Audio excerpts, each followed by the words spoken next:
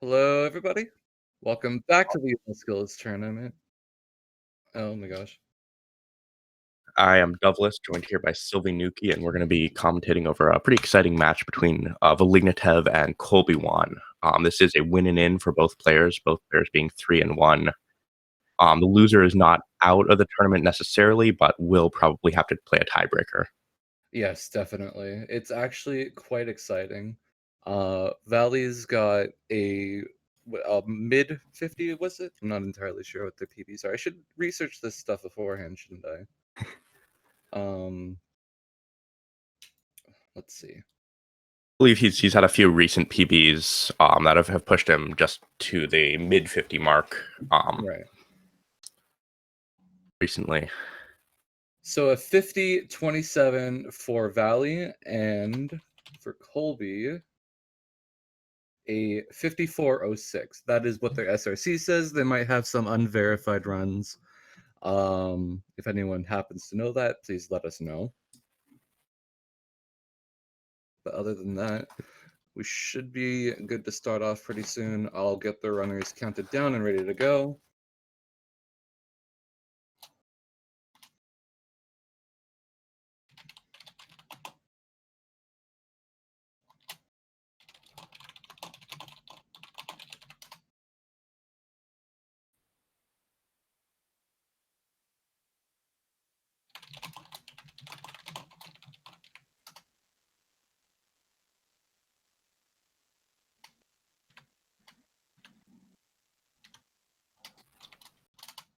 All right.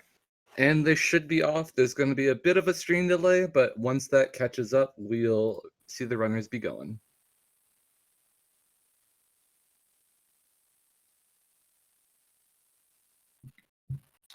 So a few things I think to look out for early is because of the difference in PBs, we'll see whether our two runners choose to go for slightly different strats. Kind of the generally accepted wisdom is that if you're favored in a match, you go for more safe strats. If you're the underdog, you go for more risky strats. So we'll see if that plays out this way. Valignatev especially, known for not going for a lot of risky strats, kind of preferring the consistency in the mid to late game. So we'll see how that impacts the actual race. Yeah, hopefully Colby will be able to pull out some hype stuff, maybe keep it a bit more even. I find it hard when I feel like the top like 10 runners are always a step ahead of just everyone below them for some reason. But we'll hold our hopes that Colby will be able to pull something awesome out. Yeah, I think especially in a category as movement heavy as all skills, a lot of the big time saves come from just a lot of small things adding up as opposed to a few big things. That's very true, actually, considering there's just a lot of little missteps you can make, inconsistencies or unoptimizations that will just bring the timer higher and higher as So much as you both hate to players see it. getting pretty good Vengefly RNG. Colby gets the soft fall. Valley's coming up. We'll see if he gets it as well. And both players get it. So both of our runners on pace for a pretty good KP. Very well done. Looking like a... Ooh, well, we'll get the sync up here, but it's looking like a maybe 51 for both of them. That's very awesome. Yep. 51 is always what you want to see in a race setting. And anything below a 53, I think, is pretty much you're going to be happy with that. And in a race, kind of no reset setting. Absolutely. There's not a whole of a heck of a lot to talk about in this early portion of the run. We're just going to be going through crossroads. There's a few little techniques and movement that we'll be able to play with, but it's just walking until we get our first spell of the game. And I guess technically the first boss that we skip. But speaking of movement, we're coming up to the Gruz drop here in RNG section. We can get hit either 0 to 3 times. Valley is going to be taking the middle route, however, a more consistent but a slightly slower strat. And Colby also gets a 0 hit taking the regular strat.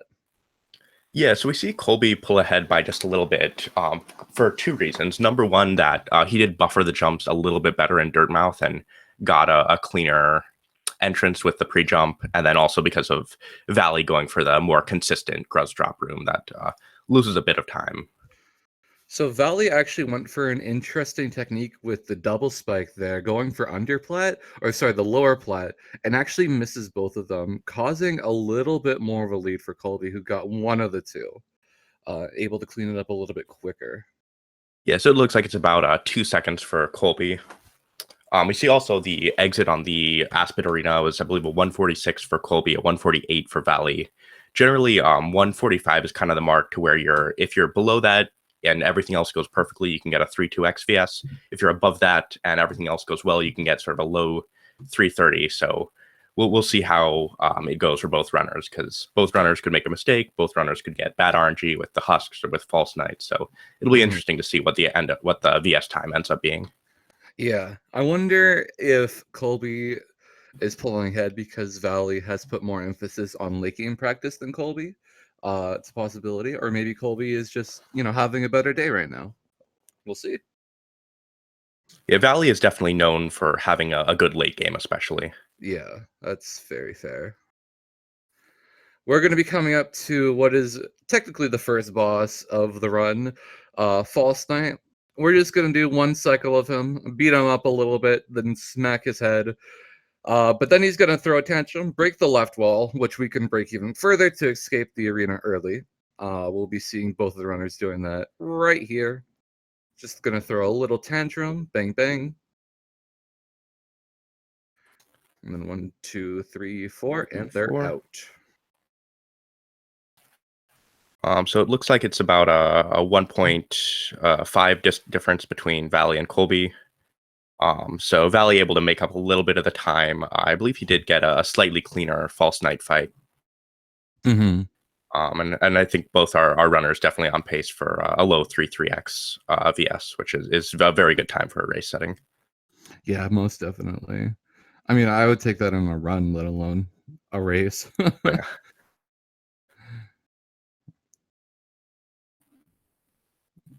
Yeah, very even. Just about a second apart for the runners. Oh, not even. Yep, and so now we're going to be coming up on Ancient Mound. This is a section both with a lot of opportunities for small movement optimizations, as well as one of the first major sources of RNG in the run. We'll see how the Balder spits end up working out for both runners. Hopefully they both get a first spit, but Balders have been known to not cooperate at all. So we'll see how it goes. Yep, I believe tournament record is 11 spits and world record is a 19. Or was it 18?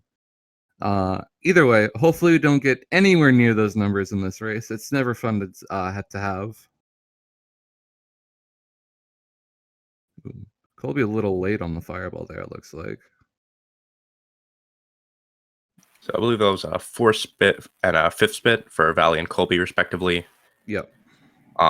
Both runners not going to be very happy with that at all, but luckily it did remain pretty even. We didn't see a huge gap between the runners in terms of the RNG. Yeah, it's about a second difference per spit. And there was roughly about a second apart for the both runners anyway. Except now it's kind of reversed. Valley is now a little bit in the lead when before Colby was a little bit in the lead, but it's still anyone's match at this point. Absolutely. And we're coming up now on Mothwing Cloak. This is a great opportunity for either of the runners to pull ahead. There's a lot of difficult things in this split, a lot of opportunities for small optimizations, not just in the movement, but especially in the Hornet fight as well. This, I would say, is actually one of the more difficult splits in the run, at least for me. Yeah, there's a lot of not only big tricks to pull off, but a lot of micro movement that's awkward when you don't have any of your movement items like dash or claw. So it's understandable why someone would find this difficult. Yeah, both Speaking, runners nailing the first fireball skip, which is very nice. See, Mhm. Valley actually managed to save a little bit of time climbing up the Gruz drop room. Colby had sort of awkward Gruzzer positions and had to stay a bit on some of the platforms to farm soul. Yeah, and we're just going to be getting up to max soul, 9 hits of soul, hopefully anyway with Colby. Yep, perfect. And we're coming up to our second fireball skip here.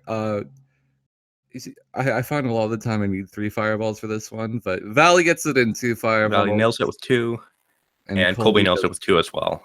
Perfect. Both runners 2 for 2 so far. Hopefully they'll make that a 3 for 3. Yeah. Using this moss charger to get the little extra soul we need to be able to come here on Valley side. Boom, boom. Third fireball skip And yep, performed nails it. excellently. And Perfect. Colby nails it as well. 3 for 3 for both runners. Exactly what we want to see for this race. Well, yes. Colby getting a bit of awkward RNG with the husks. There is like a small sort of addition to the ceiling there to where there's some parts of the room that you can't pogo over the husks. And unfortunately, one of them was there, so he had to kill the husks as opposed to Valley, who could just go around them. Mm-hmm. So a bit more of a time lead for Valley, as he also nails the double hit on the Moss Knight. We'll see if Colby goes for that. He does. Wow. This is a strat that, historically people haven't done as much. It's now becoming a little more commonplace. And it does manage to save a lot of soul. So it's especially important for all skills because you want to be at 8 hits of soul coming into the Moss Knights, as opposed to something like any percent where you don't need to be at full soul for the Vengefly King kill. Indeed. Speaking of the Moss Knights, though, we are going to drop down here and come to them. There's a couple places they can spawn in. Valley has the good RNG, though, being able to cast his fireballs without having to worry about it.